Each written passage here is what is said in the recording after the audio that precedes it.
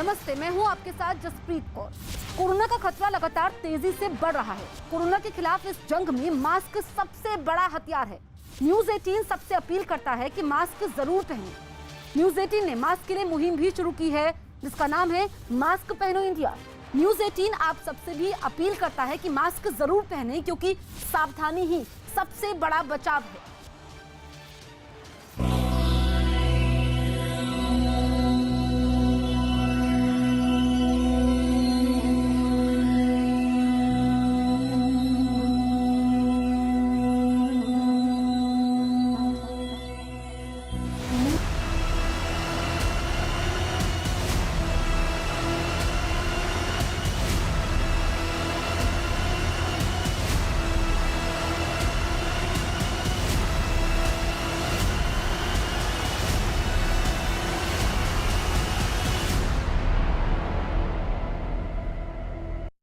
बड़ी खबर आ रही है मुंबई के पास थाने से। वहां एक अस्पताल में आग लगने से 4 मरीजों की मौत हो गई। बताया गया कि शॉर्ट सर्किट की वजह आईसीयू वार्ड में आग लगी। इस समय आईसीयू में 17 मरीज भर्ती थे। आग लगने की जानकारी मिलते ही दमकल विभाग की 6 गाड़ियां वहां पहुंची और आग बुझाने के काम में जुट गई। कुछ देर की कोशिश के बाद दमकल कर्मियों ने आग बुझा दी, लेकिन इस आग में झुलसकर 4 मरीजों की मौत हो गई, जबकि बाकी बचे मरीजों को दूसरे अस्पताल में शिफ्ट कर दिया गया। इस घटना के बाद राज्य सरकार ने मृतकों के परिवार वालों को 5 लाख रुपए और घायलों को 1 लाख रुपए मदद देने का ऐलान किया है। थाने के मुंब्रा इलाके में एक अस्पताल में तड़के सुबह आग लग गई, जिसमें 4 मरीजों की मौत हो गई है। मुंब्रा के कौसा इलाके में देखिए, ये जो प्राइम क्रिटिकल केयर हॉस्पिटल है, इसी अस्पताल के आईसीयू वार्ड में करीब 3 बजे के आसपास आग लगी। जानकारी मिलने के बाद फायर ब्रिगेड की 6-7 गाड़ियां मौके पर पहुंची और मौके पहुंचने के बाद आग पर काबू पाने की कोशिश की जाने लगी। और उस दौरान अस्पताल में करीब 20 मरीज थे, जिन्हें रेस्क्यू करके दूसरे अस्पतालों में शिफ्ट किया गया, लेकिन जो 4 मरीज हैं उनकी मौत इस हादसे में हो गई है। सबसे अहम चीज ये कि फायर ब्रिगेड की गाड़ियां अभी भी आपको यहां पर नजर आ रही होंगी कि किस तरह से जो फायर ब्रिगेड के जवान हैं उन्होंने कड़ी मशक्कत के बाद आग पर काबू पाया। लेकिन जो जानकारी मिल रही है कि अस्पताल के आईसीयू वार्ड में जो है ये आग लगी, शॉर्ट सर्किट जो प्राथमिक वजह बताई जा रही है आग लगने की, शॉर्ट सर्किट की वजह से आग लगी। और उस वक्त आईसीयू वार्ड में करीब 8 मरीज एडमिट थे। 3 की हालत चिंताजनक थी, लेकिन आग लगने के बाद उन्हें फौरन फायर ब्रिगेड और लोकल लोगों के मदद के द्वारा दूसरे अस्पतालों में भर्ती किया गया। लेकिन इस इलाज के दौरान जो है उनमें से 4 मरीजों की मौत हो गई है। हालांकि सरकार की तरफ से जांच के आदेश दे दिए गए हैं, लेकिन सवाल एक बार फिर भी, क्योंकि महाराष्ट्र के अस्पतालों में लगातार आग लगने का सिलसिला जारी है और उसके चलते मौतों का सिलसिला भी लगातार जारी है। हॉस्पिटल में अंगार लग गया, उसकी वजह तो मैं अभी नहीं बता सकता हूँ, जांच होगी। अभी तक 3 लोगों की मौत हुई है ऐसा कहा जाता है। उसका ऑफिशियल रिपोर्ट पुलिस थोड़ी देर में देगी। बाकी सब लोगों को मिलार हॉस्पिटल, पालसेकर, पुरानी इन हॉस्पिटल में शिफ्ट किया गया है। दिवाकर हमारे सहयोगी लाइव मौजूद है मुंबई से। दिवाकर, बहुत दुखद यह हादसा है, इस वक्त स्थिति क्या है? देखिए जसप्रीत, कुल 20 मरीज थे जिन्हें रेस्क्यू करके दूसरे अस्पतालों में ले जाया गया, लेकिन 4 मरीजों की इलाज के दौरान मौत हो चुकी है। एक की हालत क्रिटिकल है। मैं आपको हॉस्पिटल के अंदर की तस्वीरें भी दिखा देता हूं कि आग की शुरुआत सबसे पहले कहां से हुई। आग की शुरुआत जो है, जो जानकारी मिल रही है कि शॉर्ट सर्किट हुआ मीटर रूम में। मीटर रूम यहाँ पे इस तरफ था। यहाँ पे देखिए बिजली विभाग के लोग भी पहुंचे हुए हैं जसप्रीत, और यहाँ पर मीटर रूम था, यहाँ से शॉर्ट सर्किट हुआ। आप देख रही हैं कि जो मीटर रूम है पूरी तरह से जलकर खाक हो चुका है। देखिए अब जो बिजली विभाग के अधिकारी हैं वो अब लगातार सही करने की कोशिश कर रहे हैं, क्योंकि स्थिति अब थोड़ी थोड़ी नॉर्मल होने लगी है। लेकिन वो जांच ये कर रहे हैं कि आखिर शॉर्ट सर्किट कैसे हुआ। इस शॉर्ट सर्किट के बाद जब आग लगी तो बगल में आईसीयू वार्ड था जसप्रीत, बगल में आईसीयू वार्ड है। मैं आपको तस्वीरें दिखा देता हूँ आईसीयू वार्ड की। ये आईसीयू वार्ड है और इसी आईसीयू वार्ड में 8 मरीज जो है एडमिट थे, जिसमें से 3 की हालत बहुत चिंताजनक थी। यहाँ पे तस्वीरें देखिए किस तरह से पूरा आईसीयू वार्ड बिखरा हुआ है, ऐसा लग रहा है कि आईसीयू वार्ड है ही नहीं। यहाँ पर वेंटिलेटर पर कई सारे मरीज थे जो है जसप्रीत, जिन्हें देखिए आप वेंटिलेटर की भी तस्वीरें आपको मैं दिखाऊंगा किस तरह से वेंटिलेटर वगैरह बिखरे पड़े हैं, ऐसा लग ही नहीं रहा कोई वेंटिलेटर है। सबसे अहम चीज, आग लगने के बाद जो धुआं है वो पूरा फैल गया, जिसके चलते यहाँ पे देखिए कि जो कांच की जो ये खिड़की थी उसे तोड़ा गया, उसके बाद ग्रिल को तोड़ा गया और यहाँ से मरीजों को निकाला गया। जो स्थिति मैं आपको फिर से दिखाता हूँ, यहाँ पर एक और तस्वीर यहाँ पे कि बेड्स के क्या हाल थे। ये देखिए पूरी तस्वीरें देखिए, ये बेड्स के हाल हैं कि ये लग ही नहीं रहा कि आईसीयू वार्ड है। इतनी तबाही का मंजर जो आग ने मचाया। आपके पास हम अपडेट के लिए, दरअसल थाने के अस्पताल में आग लगने के बाद हड़कंप मच गया, अस्पताल में अफरा तफरी मच गई, लोग मरीजों को अस्पताल से बाहर निकालने लगे, जबकि कुछ लोग ऑक्सीजन के सिलेंडर हाथों में लिए जाते दिखाई दिए। बताया गया कि यह आग इतनी भीषण थी कि दमकल कर्मियों को काफी मुश्किल का सामना करना पड़ा। आग लगने के बाद आईसीयू जलकर तबाह हो गया, जिस मीटर से अस्पताल में आग फैली वो भी जलकर राख हो गया। महाराष्ट्र में पिछले 4 महीने में कई अस्पतालों में आग लग चुकी है।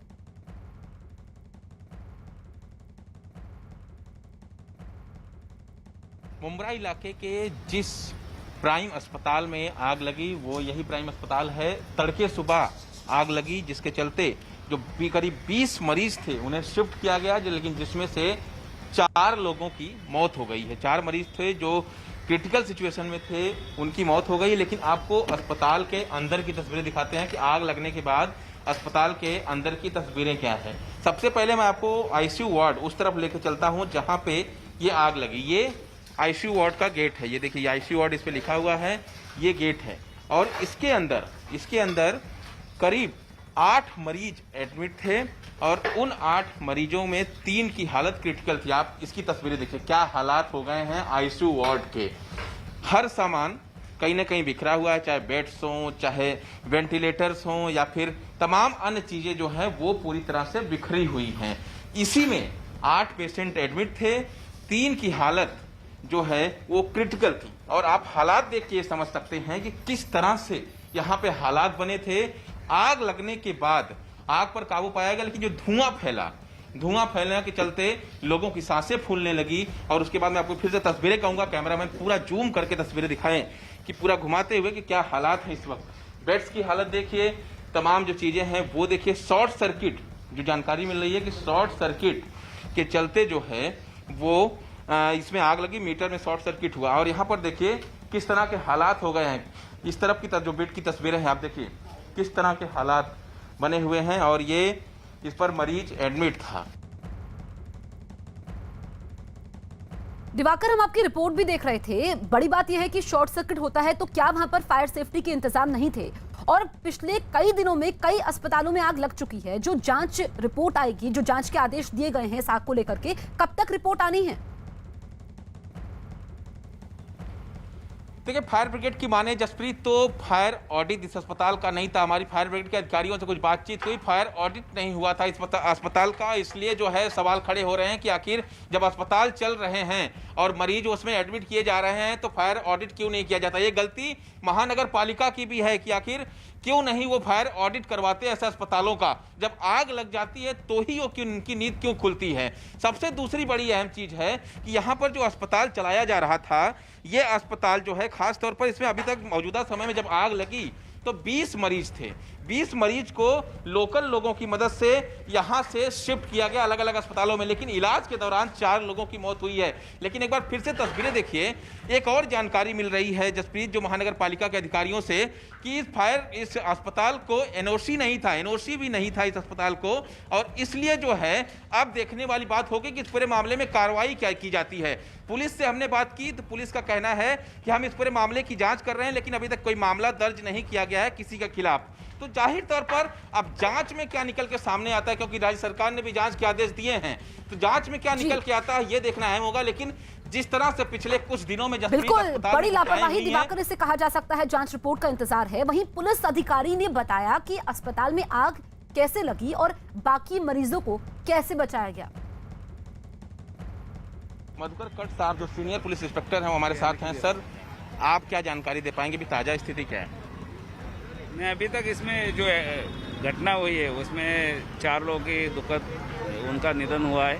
आगे पुलिस कार्रवाई चालू है। सर आग क्या क्या कंडीशन है, बुझा ली गई है पूरी तरह से? आग पूरी पहले ही बुझा ली है सब, आधा एक घंटे में आग में काबू पा लिया था। उसमें धुआं ज़्यादा था, सफोकेशन ज़्यादा था, इसलिए थोड़ा टाइम लगा। कब आग लगी सर, आपकी जानकारी के मुताबिक कब आग लगी और कैसे आग लगी, कुछ जानकारी?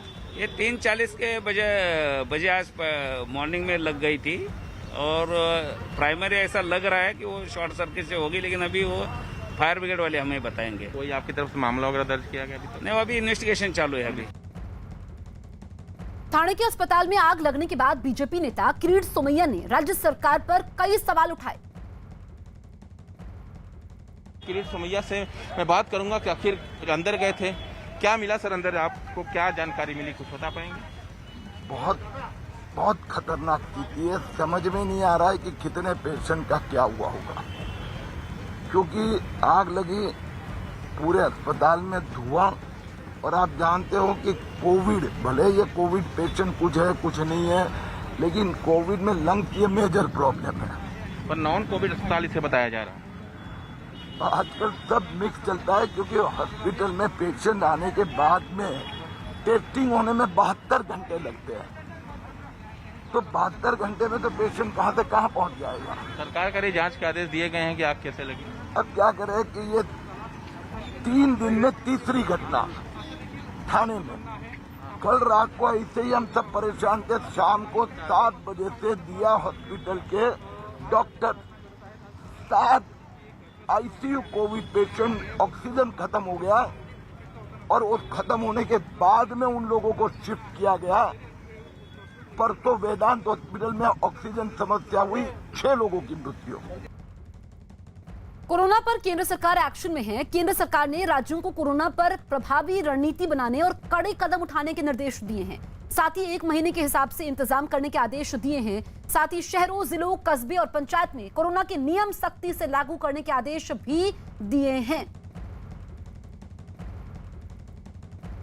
देश भर में कोरोना संकट के बीच पीएम नरेंद्र मोदी ने कल एक बार फिर से अहम बैठक की है। इस बैठक में उन्होंने देश में ऑक्सीजन की सप्लाई और मौजूदा मेडिकल इंफ्रास्ट्रक्चर की समीक्षा की।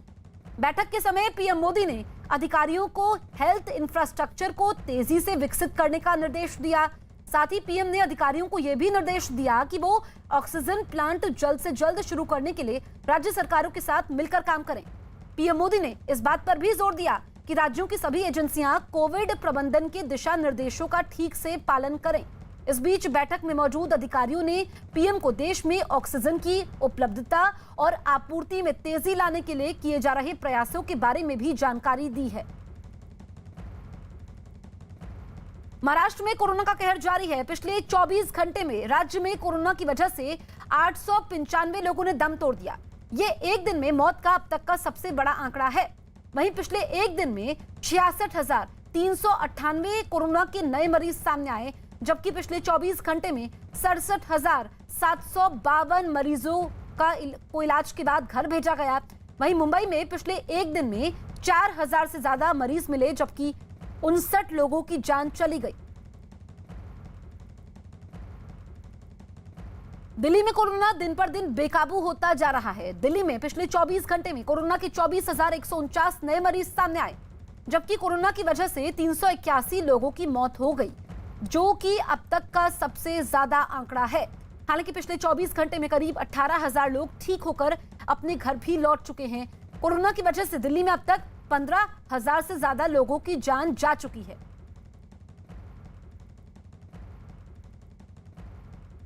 तो 24 घंटे में कोरोना से रिकॉर्ड मौतें हुई हैं और मामले बड़े भी हैं। 24 घंटे में 24,149 नए केस हैं और ये चिंता इसलिए है क्योंकि लॉकडाउन है दिल्ली में, उसके बावजूद मामले इतने सामने आ रहे हैं। हालांकि इसका दूसरा पहलू अगर हम देखें तो पिछले 24 घंटे में 17,000 से ज्यादा मरीज ठीक होकर घर भी लौटे हैं।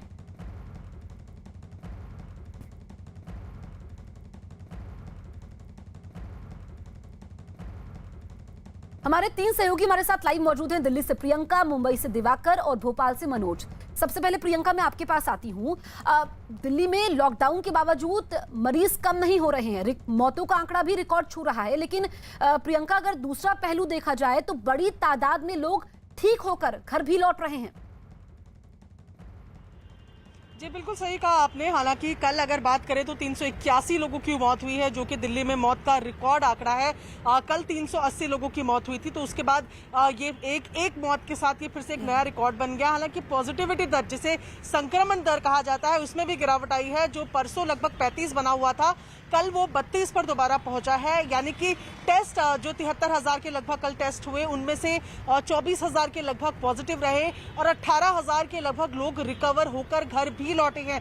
तो ये दोनों पहलू हैं फिलहाल दिल्ली में जो स्थिति बनी हुई है। लेकिन जिस तरीके से 20,000 से ज्यादा मामले पिछले एक हफ्ते से लगातार सामने आ रहे हैं, वो कहीं ना कहीं चिंता का विषय है, क्योंकि दूसरा हफ्ता चल रहा है दिल्ली में लॉकडाउन का। ऐसे में उम्मीद यही की जा रही थी कि पॉजिटिविटी का जो दर है वो भी कम होगा, दिल्ली में केसेस भी कम होंगे, लेकिन फिलहाल वो होता हुआ नजर नहीं आ रहा है। दिल्ली की स्थिति अभी भी गंभीर बनी हुई है। जी जसप्रीत। ठीक है प्रियंका, लौटेंगे आपके पास। दिल्ली के एक बड़े होटल में हाईकोर्ट के जजों, अधिकारियों और उनके परिवार के लिए 100 बेड का कोविड केयर सेंटर बनाने के मामले में आज हाईकोर्ट में सुनवाई होगी। हालांकि हाईकोर्ट की सख्त टिप्पणी के बाद दिल्ली सरकार ने कोविड केयर सेंटर बनाने के आदेश को वापस ले लिया है। सूत्रों के मुताबिक इस तरह के किसी भी आदेश की जानकारी मुख्यमंत्री अरविंद केजरीवाल या फिर उप मुख्यमंत्री मनीष सिसोदिया को नहीं थी। सिसोदिया ने ट्वीट कर बताया कि इस आदेश को तुरंत वापस लेने के निर्देश जारी कर दिए गए हैं। दिल्ली के उप मुख्यमंत्री मनीष सिसोदिया ने बताया कि अशोका होटल में जजों और उनके परिवार वालों के लिए कोविड केयर सेंटर बनाने के आदेश वापस लेने के निर्देश दे दिए गए हैं। उन्होंने ट्वीट किया कि इस आदेश को तत्काल वापस लेने के निर्देश जारी कर दिए गए हैं। मध्य प्रदेश में भी कोरोना मरीजों की संख्या तेजी से बढ़ रही है। राज्य में पिछले 24 घंटे में कोरोना के 13,417 नए मामले सामने आए हैं, जबकि कोरोना की वजह से 98 लोगों की जान चली गई है। तो वहीं पिछले एक दिन में करीब 11,500 लोग ठीक होकर अपने घर जा चुके हैं। एक्टिव मरीजों की बात करें तो राज्य में उनकी संख्या अभी 94,276 है।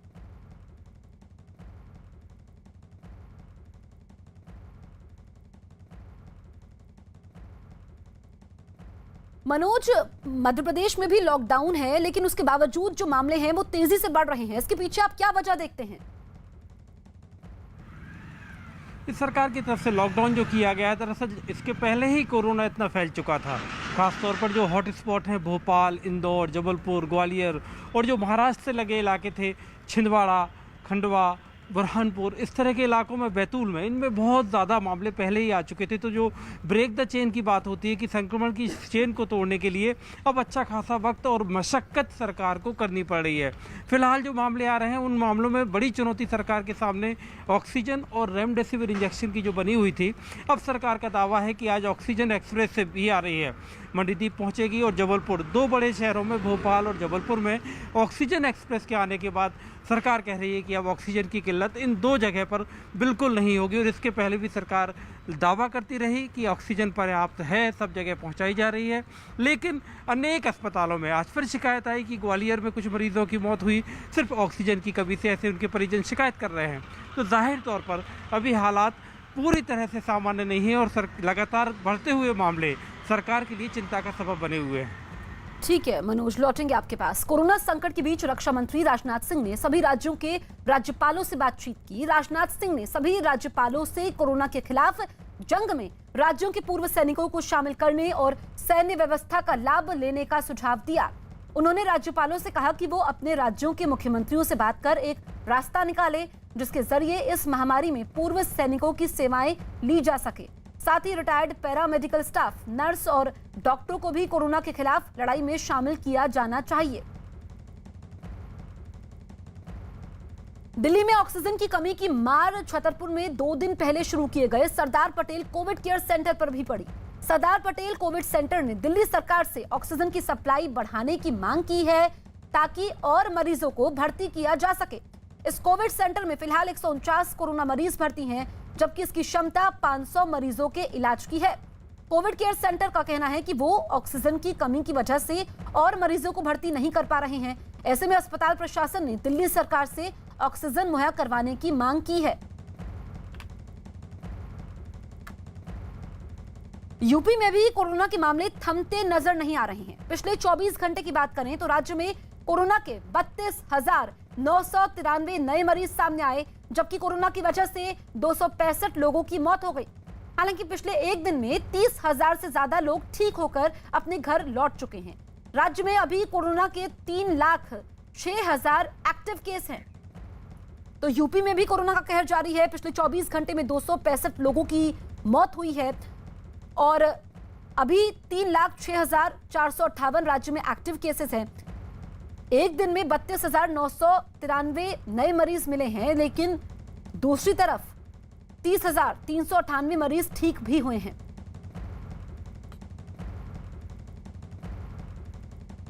बीजेपी अध्यक्ष जेपी नड्डा आज करीब 11:30 बजे BJYM cares doctor teleconsultation कार्यक्रम की शुरुआत करेंगे। इस मौके पर बीजेपी नेता तरुण चुग और भारतीय जनता युवा मोर्चा के राष्ट्रीय अध्यक्ष तेजस्वी सूर्या भी मौजूद रहेंगे। बीजेवाईएम केयर्स डॉक्टर हेल्पलाइन का मकसद घर बैठे लोगों तक मदद पहुंचाना है, ताकि लोगों को अस्पताल जाने की नौबत ना आए। इस हेल्पलाइन के माध्यम से देश के किसी भी हिस्से से कोई भी व्यक्ति डॉक्टरों से सलाह ले सकता है।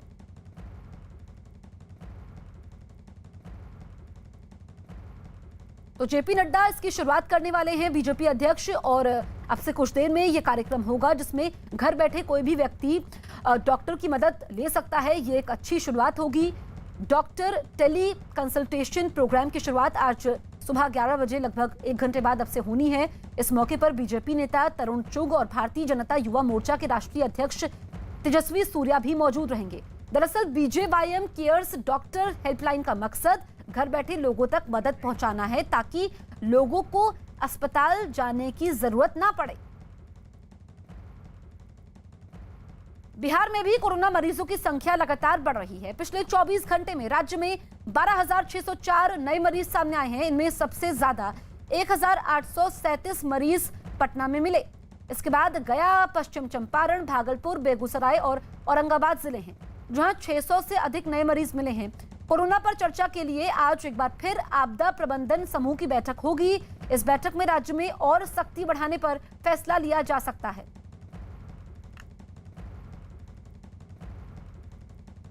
तो कोरोना का प्रचंड प्रहार बिहार में भी जारी है और बिहार में एक दिन में 1,800 से ज्यादा केस मिले हैं। इस बीच आज अहम बैठक भी होने वाली है।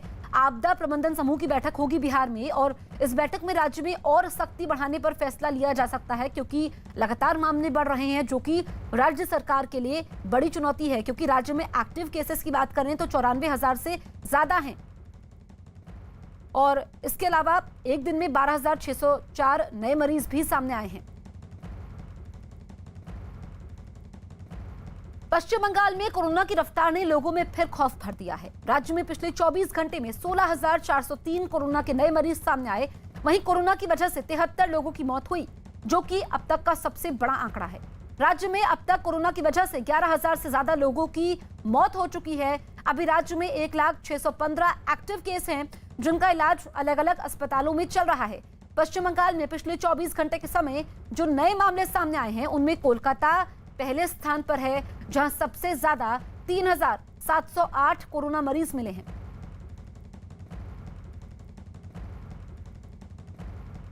तो बंगाल में एक दिन में रिकॉर्ड 16,403 नए केस सामने आए हैं और 73 लोगों की मौत भी हुई है। बंगाल में भी कोरोना के मामले बढ़ रहे हैं। सबसे ज्यादा मामले कोलकाता में सामने आए हैं, जहां पर 3,708 मामले पिछले 24 घंटे में सामने आए हैं और एक दिन में रिकॉर्ड 16,403 केस पश्चिम बंगाल में सामने आए हैं, जो कि राज्य सरकार के लिए बड़ी चुनौती है, क्योंकि कल वहां पर आखिरी चरण का चुनाव भी होना है और ऐसे में किस तरीके से कोरोना को फैलने से रोका जाए, ये देखना होगा, समझना होगा। एक दिन में रिकॉर्ड 16,000 से ज्यादा केसेस आए हैं। 24 घंटे में 73 लोगों की मौत भी हुई है पश्चिम बंगाल में।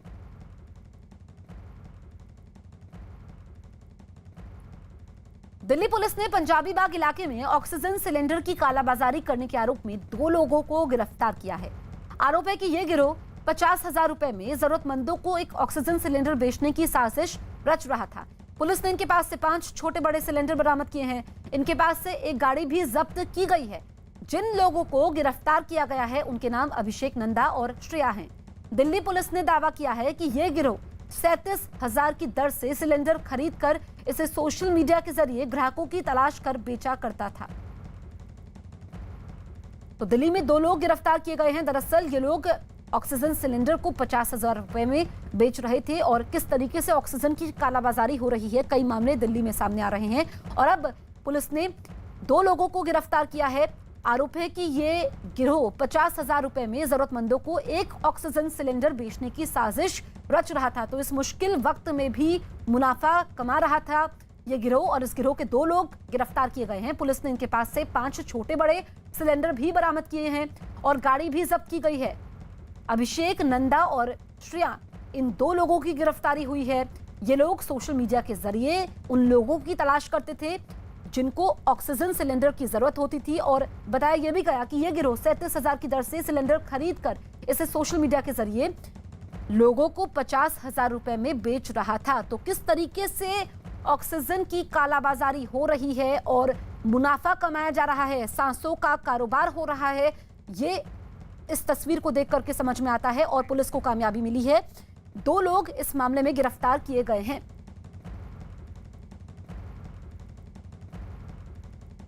गुजरात में भी कोरोना मरीजों की संख्या लगातार बढ़ रही है। पिछले 24 घंटे में गुजरात में 14,352 कोरोना के नए मरीज मिले, जबकि कोरोना की वजह से 170 लोगों की जान चली गई। राहत की बात यह है कि पिछले 24 घंटे में 7,803 मरीज ठीक होकर अपने घर जा चुके हैं।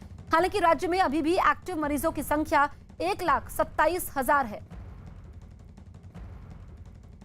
तो कोरोना का कहर गुजरात में भी जारी है। एक दिन में 14,352 नए मरीज सामने आए हैं, जबकि 170 लोगों की मौत भी हुई है पिछले 24 घंटे में। हालांकि बड़ी संख्या में लोग ठीक भी हो रहे हैं।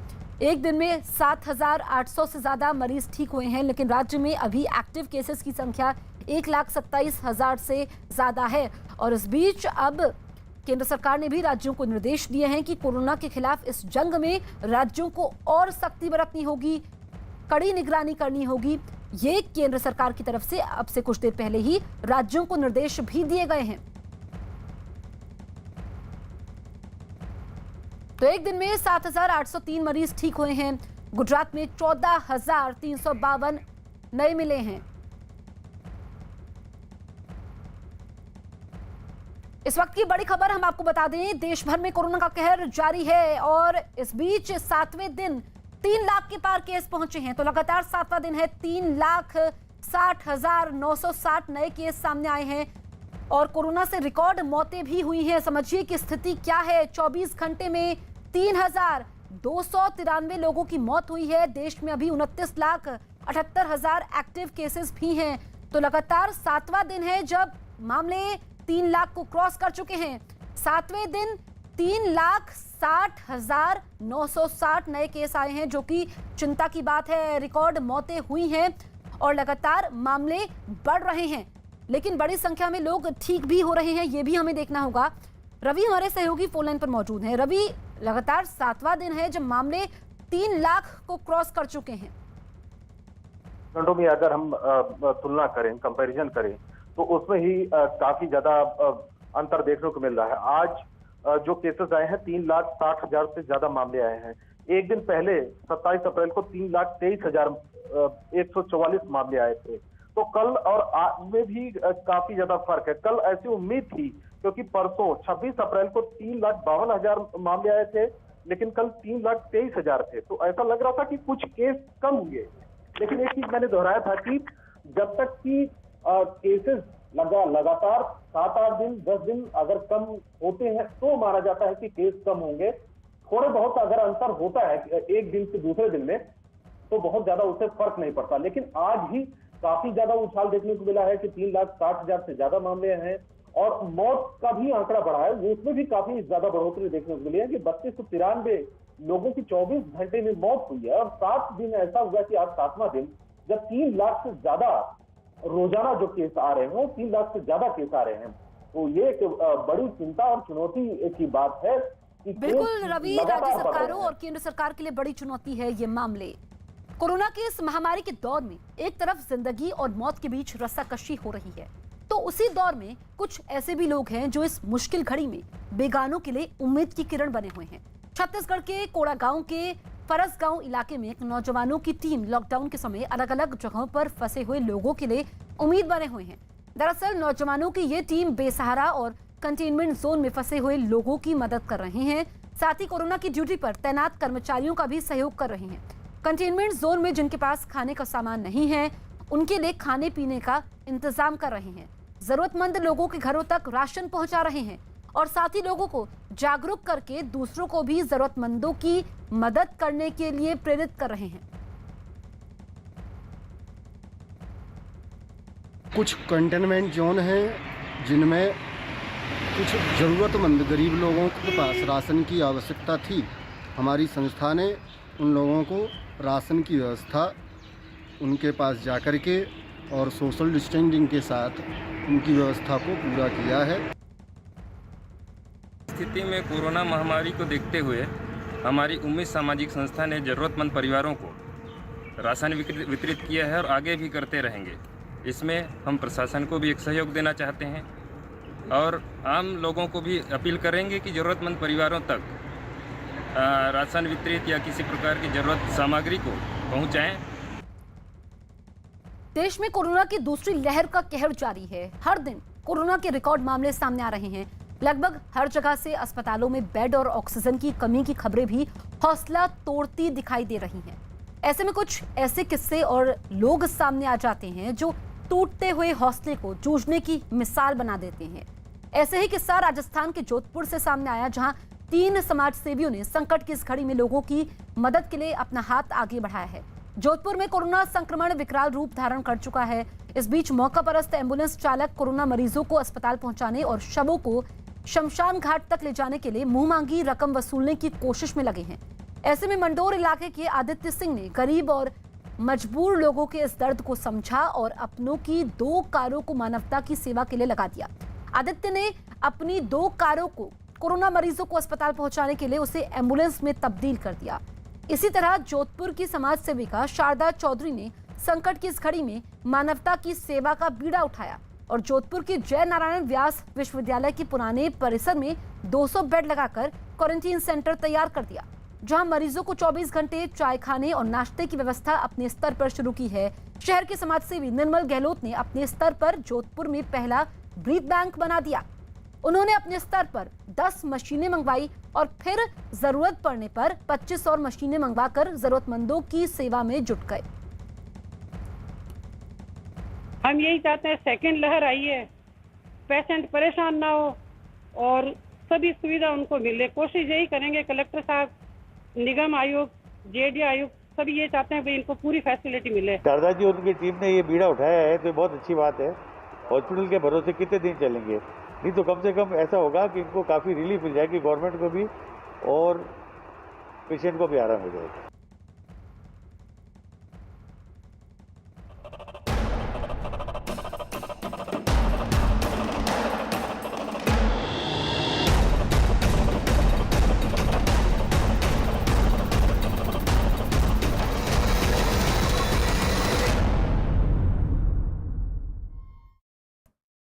असम में भूकंप के झटके महसूस किए गए। 7:51 पर आए इस भूकंप की रिक्टर स्केल पर तीव्रता 6.4 बताई गई। भूकंप का केंद्र असम के सोनितपुर बताया जा रहा है। भूकंप के झटकों के बाद लोग अपने घरों से बाहर निकल आए।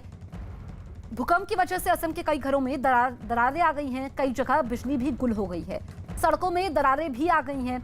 पीएम मोदी ने असम के मुख्यमंत्री से फोन पर बात कर भूकंप के बारे में जानकारी ली।